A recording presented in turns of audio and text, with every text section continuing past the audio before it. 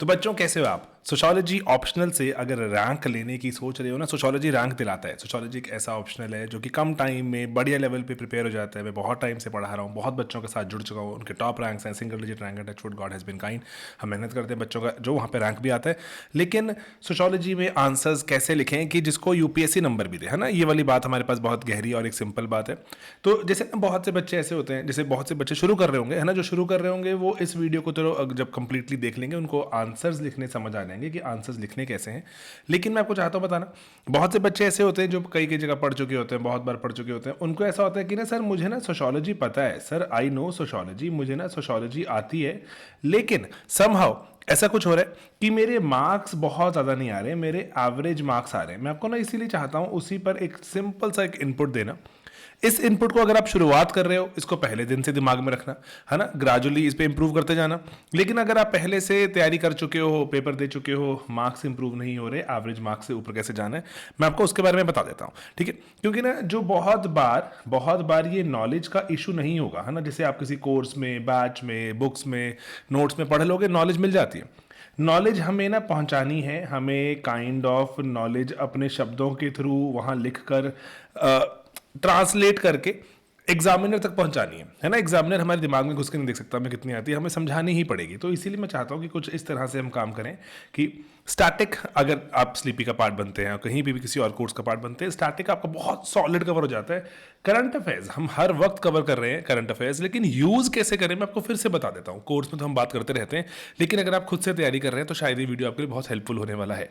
Okay, ठीक है। तो इसीलिए यहाँ पर ना जो एक सिंपल सी एक चीज़ है कि ना यूपीएससी पहले ना जैसे आपसे इवेंट की रिपोर्टिंग नहीं करवाता कि बता दो जरा क्या हुआ, है ना, यूपीएससी व्हाट हैपेंड बता दीजिए कि सुप्रीम कोर्ट की जजमेंट में व्हाट हैपेंड। नहीं नहीं, यूपीएससी ना हमें उसका सोशोलॉजिकल रेलिवेंस पूछेगा कि समाज कैसे अब बदलने वाला है।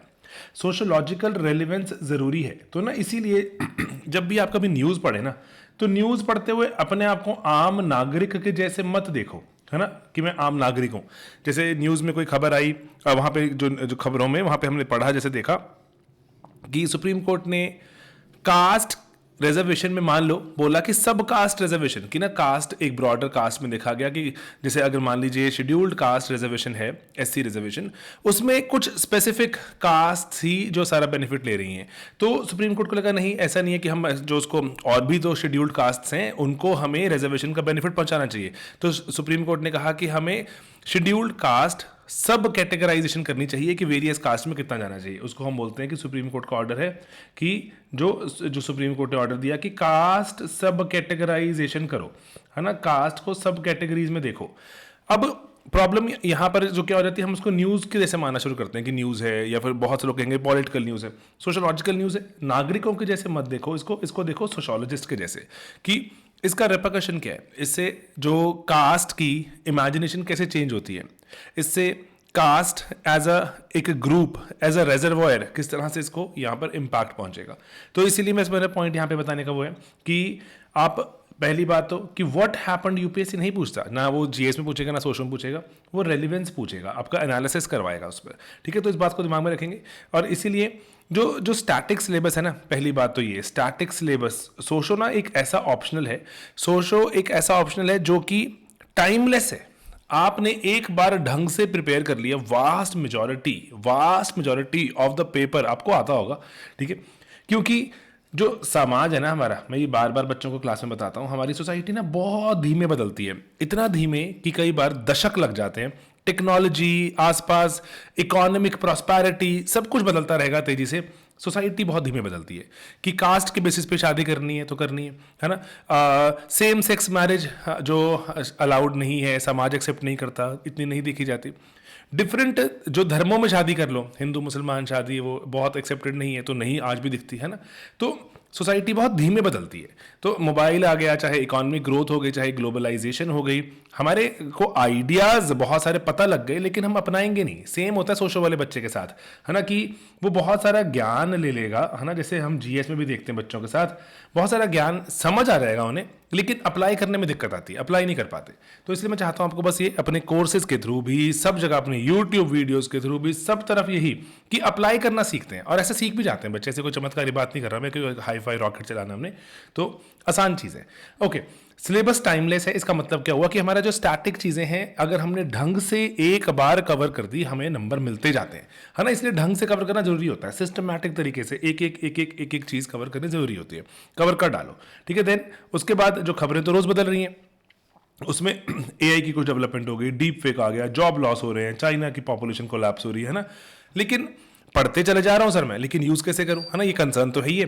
तो इसीलिए यहां पर मैं आपको कुछ इसी के माध्यम से एग्जांपल्स देकर समझाऊंगा कि यूज कैसे करना है आपने, ठीक है, अपने आंसर्स में। एंड यूपीएससी दोनों को ही रिवॉर्ड करता है कि आपने थियरी, है ना, जो आपसे पूछा गया, कई कई कई क्वेश्चन होते हैं वो प्योर थियरी के होते हैं, उसमें कोई करंट अफेयर्स वगैरह लगेगा ही नहीं, लेकिन किसी किसी में लगा देना चाहिए, है ना, क्योंकि हम पढ़ के जाते हैं। तो इसीलिए दोनों को ही रिवॉर्ड करते हैं यहाँ पर। इसलिए गोल्डन फॉर्मूला आपको बता देता हूँ यहाँ पर कि जो बिल्कुल ही जो सिंपल सी चीज़ है कि ना हमें सोशोलॉजिकल लेंस डेवलप करना है, हर चीज़ को सोशोलॉजी से देखना है। आप ना वही करेंगे हम आने वाले 5, 7, 10 मिनट।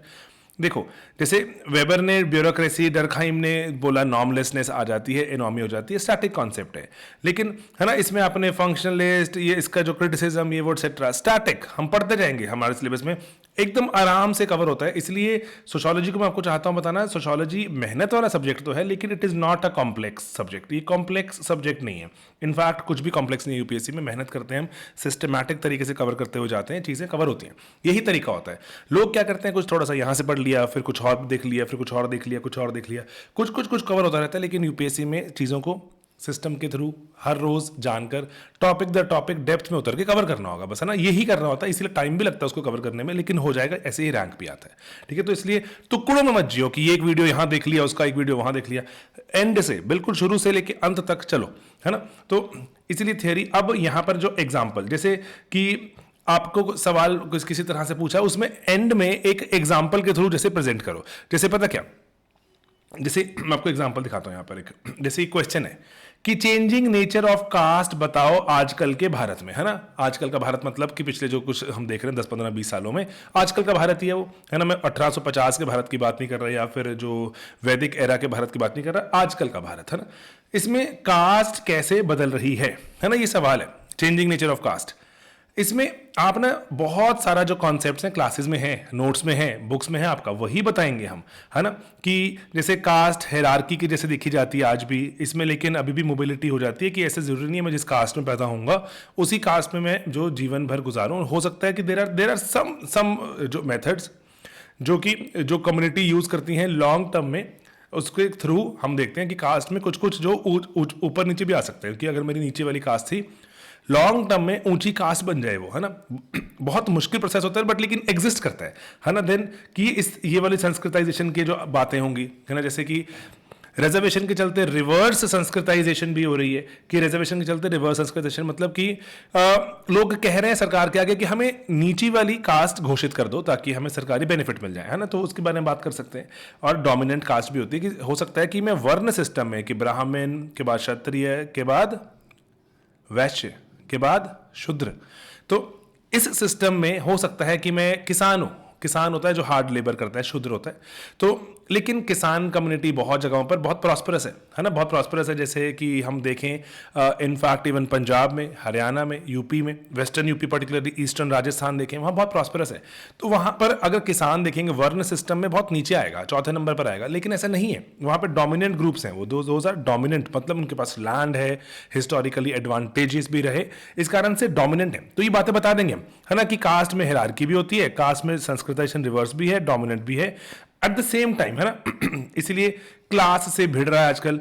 लेकिन अंबेडकर जो पर्टिकुलर आइडियाज लेकर आए, है ना, उनके बाद वहां पे हम देखते हैं कि कास्ट के ग्रेडेड इनइक्वालिटी की, ना, कि किसी कास्ट को बहुत फायदा मिल रहा है, किसी को कम फायदा मिल रहा है, तो उसको कम करने की कोशिश की कि अरे ये क्या है, इसको सारा बेनिफिट मिल रहा है, इसको कुछ भी नहीं मिल रहा, तो इसको भी कुछ देते हैं। रादर अभी जो पिछड़ी जातियां कहलाती हैं तो हम उनको ज्यादा देते हैं ताकि वो थोड़ा आगे आए। एंड जो पर्टिकुलरली अगर दलित और अगर फीमेल हो तो ये दो चीजें मिल जाती हैं, बहुत नुकसान हो जाता है आपके जीवन में। इसका कैसे इसको हम रोके, है ना। तो इसलिए कास्ट में अब ये बातें शुरू हो गई हैं कि क्लास इससे भिड़ रही है, कि हो सकता है मैं लोअर कास्ट हूं लेकिन मेरी क्लास मतलब मैं अमीर हूं, क्लास अपर क्लास हूं, अमीर इंसान हूं। तो कौन सी चीज़ मैटर करेगी, ये बहुत मौके पे देखा जाता है। तो इसीलिए पहले ऐसा नहीं था, सिर्फ कास्ट की इंपॉर्टेंस ज़्यादा थी, अभी क्लास भी आनी शुरू हो गई है। तो कंटेम्प्रेरी भारत में लोग स्टार्टअप चला रहे हैं, कंपनियां खोल रहे हैं, जॉब्स ले रहे हैं, रिजर्वेशन मिल रही है, तो क्लास की इंपॉर्टेंस बढ़ रही है। लेकिन इसमें अपना करंट एग्जाम्पल भी एक दो अगर चिपका दो, है ना, जैसे कि वही सुप्रीम कोर्ट ने सब कास्ट कैटेगराइजेशन की बात करी। अभी भी कास्ट में ऑनर किलिंग हो जाती है, जेंडर को लेकर वायलेंस हो जाती है। बिहार में और पर्टिकुलरली वहां पे पहले कास्ट सेंसस की बात हुई थी, सरकार ने पूरे देश भर में कर दिया कास्ट सेंसस लेकर आएंगे। तो कंटेम्प्रेरी इंडिया में कास्ट इंपॉर्टेंट चीज है। सरकार, कोर्ट्स, फैमिलीज, रिलेशनशिप्स, ये आज भी इस पे बहुत ज़्यादा टिके रहते हैं कास्ट पर। इंपॉर्टेंट चीज़ है, it is changing but it is still very much, हम बोलेंगे कि इस तरह से रिजिलियंट मतलब कि ये झेल लेता है बदलाव को, कास्ट मोल्ड कर लेता है अपने आप को। एक आधा थिंकर भी यहाँ पे एक नाम लिख के कर सकते हैं, ऑन्द्रे बेते वगैरह ने कहा था कि बहुत ही रिजिलियंट स्ट्रक्चर है कास्ट भारत का। तो यहाँ पे हमने कॉन्सेप्ट भी बताया, है ना, उसकी एप्लीकेशन एंड करंट भी बता दिया, एक दो कंक्लूड करते हुए कि अभी भी भारत में बहुत बात होती है। पॉलिटिक्स पर्टिकुलरली एक बहुत बड़ा, मैंने यहाँ पे सिर्फ आपको ऊपर ऊपर से एक चाहता हूँ चीज़ समझाना। पॉलिटिक्स एक इंपॉर्टेंट चीज़ है, पॉलिटिक्स बहुत ज़्यादा कास्ट के बेसिस पे देखी जाती है।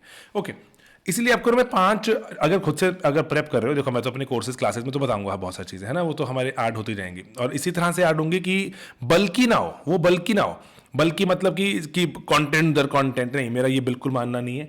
हम अपने जीएस में भी, अपने सोशो में भी हम यहाँ पे सिर्फ एक चीज़ पे ध्यान देते हैं कि कंटेंट होना चाहिए टॉप क्वालिटी।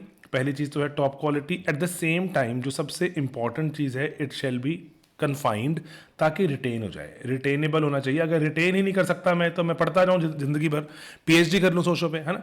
रिटेन भी तो करना है ना मुझे, एग्जाम में लिखना भी तो है, ऐसे बताना भी तो एग्जाम में, सर मुझे आता है कुछ। तो 5 ऐसे जो हाई वैल्यू चीज़ें होती हैं, जैसे अर्बनाइजेशन माइग्रेशन, इस पे जैसे माइग्रेशन सर्वे है, एनएफएचएस है। Then gender patriarchy, femicide law France ले आया था कि अगर औरत को मारा गया है तो उसको अलग तरह से देखा जाएगा, औरत के मर्डर को अलग तरह से देखा जाएगा। डीप फेक वीडियो, विमेन ज़्यादा इससे जो परेशान रहती हैं। एजुकेशन, सोशल मोबिलिटी, एआई क्या होगा, एम्प्लॉयबिलिटी, यूजीसी डिबेट, है ना। देन रिलीजन में उत्तराखंड में मैरिज जो एक्ट लेकर आने की बात है, गुजरात भी ले आने की बात कर रहे हैं। और जो पॉपुलेशन बिल की बात हो रही है कि किसी तरह से कोई जाति लगता है या कोई धर्म ज़्यादा प्रोड्यूस कर रहा है नहीं कर रहा है, उस पर डिबेट होती रहती है। तो tribal society for save Aravalli protest में बहुत से ट्राइबल ग्रुप्स ने आगे आके बोला कि नहीं, हमारे धरोहर है, इसको आप ऐसे मत खराब कीजिए।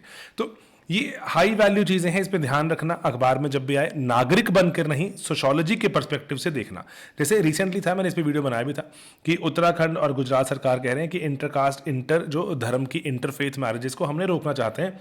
हमें लगता है अरे पॉलिटिकल इशू है, ये क्या है, तो धर्म पे खेल रहे हैं, लेकिन ये सोशोलॉजिकल इशू भी है कि किस तरह से सोशल कंट्रोल, बाउंड्रीज बनाने की सरकार बात करती है। पेट्रियार्की, सरकार कहती है कि हम बताएंगे कि लड़कियां बहक रही हैं, लड़कियां इतना दिमाग नहीं लगा सकती, हम लगाएंगे दिमाग। तो वेबर कहते हैं कि लेकिन सरकार कर सकती है, स्टेट के पास मोनोपोली होती है। सिर्फ इकलौती जो चीज जिसके पास वायलेंस या फोर्स यूज करने की मोनोपोली है वो सरकार है ना। और उसको आप चैलेंज कर सकते हो डेमोक्रेटिक मीन्स में, है ना, लेकिन आप सरकार का हक नहीं छीन सकते। सरकार पे हम अग्रीमेंट है कि सरकार कानून बना सकती है।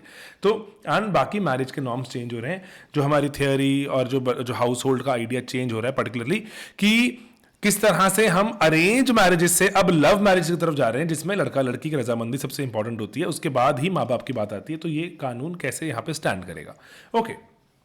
इसीलिए हर चीज़ हमें सोशोलॉजिकल लेंस से देखनी है। पेरेंटल इंटीमेशन कि भाई पेरेंट्स का इंटीमेशन, पेरेंट्स ओके करेंगे तो ही शादी का सर्टिफिकेट मिलेगा। देन जो जॉब जा रही है, किस तरह से चेंजिंग नेचर ऑफ वर्क बदल रहा है, जो गिग वर्कर्स के बारे में इतनी बार हमने क्लास में पढ़ाया है, पेपर में सवाल देखने को मिला, टच उड़ाना बहुत अच्छा लगता है। देन भारत की आबादी, इसका जो आबादी बढ़ने के प्रोज एंड कॉन्स, की चाइना में कोलैप्स हो रहा है, किस तरह से लेबर शॉर्टेज है, वो एटसेट्रा। यूजीसी के जो कास्ट डिस्क्रिमिनेशन वाले हमें कानून के बारे में लगा, उस पर जो क्वेश्चन कैसे बन सकते हैं, है ना। तो वास्ट मेजॉरिटी सोशो का syllabus, vast majority, I repeat, static से ही सॉल्व होता है। इसीलिए स्टैटिक का जो ग्रिप होना बहुत जरूरी है, लेकिन स्प्रिंकल करना ही चाहिए हमेशा करंट अफेयर्स, बस यही बात दिमाग में रखनी है। अब करंट अफेयर्स स्प्रिंकल करने के लिए थोड़ा बहुत एफर्ट करना पड़ेगा, बहुत ज्यादा एफर्ट नहीं करना पड़ता। मैं आपको बार बार चाहता हूं रिपीट करना कि इसीलिए सारा दिन अखबार पढ़ता रहूं, एनालिसिस करता रहूं, ये रिवॉर्ड नहीं करता। स्टैटिक पे हमारी पकड़ होनी चाहिए, सॉलिड पकड़। उसके बाद हमें पता होना चाहिए ओके अच्छा ये कास्ट से जुड़ा हुआ इशू है, कास्ट का क्वेश्चन है, तो इस पे ये डाल देता हूं मैं मसाला, है ना। लेकिन स्टैंडर्ड, जैसे कास्ट के क्वेश्चन में मैंने आपको पीछे बताया कि जैसे यहां पर ये देखिए कि कास्ट यहाँ पर जो रिचुअल हायरार्की की बात, Sanskritization, reverse Sanskritization, dominant caste का idea, status group versus class, Ambedkar की caste as graded inequality and Dalit और फेमिनिस्ट अगर दोनों मिल जाएं तो बहुत ही नुकसान समाज में झेलना पड़ता है कि मैं दलित भी हूँ, मैं औरत भी हूँ, तो बहुत ज़्यादा मैं समाज में पीछे रहने की पॉसिबिलिटी हो जाएगी। तो ये चीज़ें हैं हमारा कोर, ये हमारा कोर है। इस पे ऊपर हम कुछ कुछ ऐड करके बता सकते हैं सर कि हमें ना अप्लाई करना आता है, we know, we have brains, है ना, हमें अप्लाई करना आता है। तो डायरेक्टली यूपीएससी कभी नहीं पूछता कि बताओ गुजरात के कानून में क्या है, वो उसका सोशोलॉजिकल एनालिसिस करवा लेगा, ऐसे नहीं होता, वैसे वो भी नहीं करवाते। तो इसीलिए स्टैटिक स्टैटिक स्टैटिक बहुत ज़रूरी है। उसके ऊपर करंट अफेयर्स का जो हमें स्प्रिंकलिंग, दैट मीन्स 80 to 90% आपका पेपर स्टैटिक होता है। इसीलिए अभी भी मतलब मैं तो आपको भी बोलूँगा कि अगर आप जो हमारा जो ये अगर शुरू कर रहे हैं, फाउंडेशन चाहते हैं शुरू करना, एनसीईआरटीज़ ये वो एक्सेट्रा में थोड़ा थोड़ा परेशान हो रहे हैं, धीरे चल रही है स्पीड, तो हमारी ये वाईटी पे प्लेलिस्ट है, एवरग्रीन प्लेलिस्ट है सोशो, क्योंकि एक स्टैटिक सब्जेक्ट है, इसमें कॉन्सेप्ट्स होते हैं, ढंग से समझ लो, अपनी स्पीड पे समझ लो, जो 1.5x 2x पे समझ लो, 2 3 बार देख लो, है ना। ये फाउंडेशन है, ये फ्री ऑफ कॉस्ट है ऑफ कोर्स दोस्तों, ये यूट्यूब पे है। एवरग्रीन है कि बच्चे इसको इतना ज़्यादा यूज़ करते हैं, रैंक्स निकालते हैं, लेकिन फाउंडेशन है, इसके ऊपर बिल्ड करना पड़ेगा बहुत कुछ। लेकिन अगर अगेन वही कि आप चाहते हैं कि नहीं सर फाउंडेशन से एडवांस लेवल, कुछ आंसर चेकिंग, कुछ मेंटरशिप, ये वो सेक्टर हो जाए, तो हमारे पास कोर्सेज भी होते हैं, ठीक है। बैच 3 है इसका, एंड हमारे जो सबसे ज़्यादा बच्चे सोशो में जुड़ते हैं हमारे साथ पूरे भारत में, और उसका एक कारण है क्योंकि ट्रस्ट बिल्ड होता है, क्योंकि हमने यहाँ पर जो यूट्यूब पर बहुत सारे वीडियोज़ पढ़ाए हैं उसमें पता चल जाता है पढ़ाने का तरीका क्या है, लेकिन यहाँ पर आपको लेवल दिखेगा रेस्ड, है ना। आपको ऐसे इसके पहले कोई ऐसा नहीं कि पहले इस कोर्स से पहले मुझे सर कि यूट्यूब से पढ़ के आना, ये वो, no, you not suppose to go and read anything. मैं चाहूँगा कि आप बेसिक से शुरू करें, मेरे साथ बिल्कुल बेसिक से चलें, और बेसिक से चलते चलते हम आगे इसमें पूरा कंटेंट करेंगे, हम इसमें हम क्वेश्चंस इवैल्यूएट करेंगे, करंट अफेयर्स भी जो टाइमली आएगा। कुछ ऐसे ब्रॉडर इश्यूज़ हैं सिलेबस में नहीं लिखे होते, जिनको हम बोलते हैं कंटेम्प्रेरी इश्यूज़, आजकल चल रहे हैं। कंटेम्प्रेरी इश्यूज़ पे मैं सेपरेट लेक्चर बना के चैप्टर दर चैप्टर उसको डालता रहता हूँ। कंटेम्प्रेरी इश्यूज़ जैसे परिवार में किस तरह से अभी हम देखते हैं, for example changing nature of marriage, है ना, अभी हो रही है और फैमिलीज बदल रही हैं। एक जैसे इशू है, मान लीजिए कि परिवार छोटे हो गए हैं, तो जब बच्चा पैदा होता है तो मम्मी को छुट्टी मिल जाती है, पापा को छुट्टी नहीं मिलती, तो वो वाली जो छुट्टी की बात है ना, कि जो फादर की जो अगर हमें जो बच्चा पैदा होने को छुट्टी चाहिए, जैसे विराट कोहली ने भी ली थी, और जो बीसीसीआई ने छुट्टी भी उसकी दी थी जब अनुष्का वाज एक्सपेक्टिंग एंड जो डिलीवर्ड अ बेबी, तो इसीलिए उस पर सवाल इस बार यूपीएससी ने पूछ लिया। हमने उसको पढ़ाया हुआ था, सिलेबस का पार्ट नहीं है, लेकिन मैटर्निटी के उसको हम क्या बोलते हैं, पैटर्निटी लीव, तो पैटर्निटी लीव पढ़ाया था। Gig workers part of syllabus नहीं है, लेकिन हमें पढ़ना चाहिए उसका एनालिसिस, कि उसके लिए वो उसका विमेन पे क्या इंपैक्ट है, उसका सोसाइटी पे क्या इंपैक्ट है, जो लेबर पे क्या इंपैक्ट है, उसका जो एम्प्लॉयर पे क्या इंपैक्ट है ना, प्रोज एंड कॉन्स दोनों। हाफ एन आवर लगता है, ये कंटेम्प्रेरी इशूज़ हैं जगह जगह पड़े हुए, इनको हाफ एन आवर लगेगा। और टोटल मैं पूरा कोर्स भी बताऊँ आपको, ये जो कंप्लीट कोर्स भी 125 से 127 घंटे के आसपास का कोर्स है, बहुत ही रिफाइंड बेसिक से एडवांस लेवल जाने वाला कोर्स है। इसलिए again I want to reiterate, socio complex नहीं है, सोशो हार्डवर्क ड्रिवन है। प्लीज़ हार्डवर्क करने से मत भागना, हार्डवर्क करते हैं पेपर रैंक निकालते हैं, एंड लेकिन फाउंडेशन चाहते हो करना, खुद से चाहते हो करना, बहुत सारी चीज़ें, और तो इसलिए यहाँ से शुरू कर सकते हो, एंड यू विल रियलाइज़ कि सोशो इतनी ज़्यादा मुश्किल नहीं सब्जेक्ट है, अदरवाइज आपको बहुत मुश्किल लग सकता है। तो बाकी हमारा टेलीग्राम चैनल भी है, ज़रूर उस पर जुड़ें, है ना, टेलीग्राम चैनल पर, जहाँ पर हम जो कंटिन्यूसली कुछ ना कुछ कॉन्वर्सेशन होती है, सोशोलॉजिकल बातें हो जाती हैं, कुछ है ना, कोई अपडेट होता है, मैं शेयर करता रहता हूँ। और एक स्लीपी सोशोलॉजी मैंने अलग एक जो चैनल बना दिए, तो उस पर भी आप जुड़ सकते हैं, ठीक है। बाकी जो सोशोलॉजी के जितने भी पिछले सालों के जो 2013 से 25 तक के पेपर थे, मैंने सॉल्व करके फ्री ऑफ कॉस्ट हमारी वेबसाइट पर लगा दिए। If you want to purchase its book, ये भी अमेजोन पे अवेलेबल है ना, इट इज़ पेड, लेकिन फ्री में बहुत कुछ अवेलेबल है। I am working very hard कि जो बच्चा खुद से चाहता है तैयारी करना वो शुरू करे। लेकिन again I would always want to tell you कि चीज़ों को सिस्टमैटिक तरीके से कवर करने से ही हमें यूपीएससी में कामयाबी मिलती है। सिस्टमैटिक का मतलब है कि एक चीज़ मुझे आनी चाहिए, कवरेज मेरी कंप्लीट होनी चाहिए, but at the same time deep भी होनी चाहिए, बस यही है। धीरे धीरे धीरे धीरे करके हर रोज़ पढ़ते रहो, बैच में वही करते हैं, धीरे धीरे धीरे करके हर रोज़ पढ़ते रहते हैं, उसका वीकेंड पे टेस्ट कर लेते हैं, कुछ इवैल्यूएशन का फीडबैक ले लेते हैं। मैंने रिसेंटली एक बच्चे से मिला मैं, और पेपर लिख रहा था, लेकिन वो लिख अच्छा रहा था, लेकिन वो रेलिवेंट नहीं लिख रहा था, तो मैंने उसको सिंपल सा फीडबैक दिया, and suddenly was like exactly, कहता मैं तो ऐसे लिखता जा रहा हूँ आंसर। थोड़ा सा फीडबैक ले लोगे, वक्त की कीमत मिल जाती है। वक्त की कीमत मतलब मैं पढ़ तो रहा हूँ, लेकिन मुझे पढ़ने की राइट डायरेक्शन, राइट आइडियाज़ मिल जाते हैं। बस इसीलिए ही टीचर्स भी एग्जिस्ट करते हैं, कोचिंग सेंटर्स एग्जिस्ट करते हैं, because they keep adding value. तो ओवरऑल है ना, कि ये मिस्टेक कभी मत करना जो सोशियोलॉजी के स्कोर को हमें ड्रॉप कर देती है, कि न्यूज़ रिपोर्ट करना शुरू कर देते हैं। हमें एनालिसिस लिखना है कि ये हुआ, मर्टन के कॉन्सेप्ट के हिसाब से ये ऐसा होता हुआ दिखता है। आउटडेटेड एग्जाम्पल्स कि निर्भया को हर जगह यूज़ करना थोड़ा सा पीछे रह गया ना निर्भया। तो जैसे जो नांदेड़ ऑनर किलिंग है, यूजीसी रेगुलेशंस हैं, और जैसे थियरिस्ट के नाम को बिना उसके आइडिया एक्सप्लेन किए एक लाइन में एक्सप्लेन कर सकते हैं, जैसे हम पढ़ते तो ही हैं, एक्सप्लेन कर देते हैं। जैसे बोर्डो का कल्चर कैपिटल, जहाँ पे unequal access to valued knowledge होता है, किसी किसी परिवार में ज़्यादा नॉलेज फ्लो कर रही होती है, किसी किसी में बहुत कम होती है, बच्चों को अकॉर्डिंगली पता ही नहीं होता। जैसे डेटा को इग्नोर करना, सिर्फ प्योरली नैरेटिव लिखना, कई बार NFHS 6 population, IMR, MMR, job lay off, ये वो ना, ये हम क्लास में भी पढ़ते रहते हैं। बस इसको बहुत ज़्यादा डेटा हमें याद नहीं करना, कुछ कुछ याद कर सकते हैं, फ़ायदा मिलता है। एंड जो कनेक्ट ना करना क्वेश्चन को विद द एग्जाम्पल, है ना, सिंपली एग्जाम्पल चिपका दिया, क्यों बता रहे हो भाई एग्जाम्पल जब कनेक्ट नहीं कर सकते, तो इसीलिए कि कैसे ये कॉन्सेप्ट ऑपरेट करता है, ये वो एक्सेट्रा। सिंपल सिंपल चीज़ें अप्लाई करते रहो, समझते रहो, पढ़ते रहो। मेरे मानने में पढ़ाई करना ही इकलौता हमारे पास हथियार है जो कि हमारे कंट्रोल में है। और जो मेरे जो ऑलमोस्ट 10 सालों के एक्सपीरियंस ऑनलाइन में, मैंने ये देखा है कि मेहनती बच्चे पेपर निकाल लेते हैं। मेहनत करने से इसलिए मत यहाँ पे कोई कभी घबराना, सिस्टमैटिक तरीके से मेहनत करो, सिस्टमैटिक तरीके से मेहनत करके चीज़ें रिटेन भी होती है। बस यही मुझे बताना था आपको। बाकी जो किसी भी तरह का कोई डाउट हो, क्वेश्चन हो, डू लेट मी नो, है ना। टाइम जो 2027 में चाहते हैं पेपर देना, उनकी थोड़ी टाइमलाइन शुरू हो चुकी है। प्लीज़ मैं तो कहूँगा थोड़ा सेंस ऑफ अर्जेंसी लेकर आना, सोशो को कवर करके रख दो, देन GS आप फिर फोकस करते रहना। पैरेलली GS सोशो करो, सोशो कवर हो जाती है विद टाइम, जल्दी कवर हो जाती है। उसके बाद सिर्फ GS पर ही काम हम करेंगे। ऑलराइट, चलिए मिलेंगे अपने अगले लेक्चर में। किसी भी तरह का कोई डाउट हो, कुछ क्वेश्चन हो, you want to know anything, you want to ask anything, मैं तो सिर्फ कोशिश यही करता हूँ कि पर्टिकुलरली कि आपको जो मैक्सिमम चीज़ें बताऊँ, कि सोशियोलॉजी का सिर्फ ज्ञान नहीं चाहता मैं देना, आपको रैंक की तरफ ले जाना चाहता हूँ, कि रैंक मिले हमें। ऑलराइट, चलिए मिलेंगे अगले लेक्चर में दोस्तों। Bye bye, take care.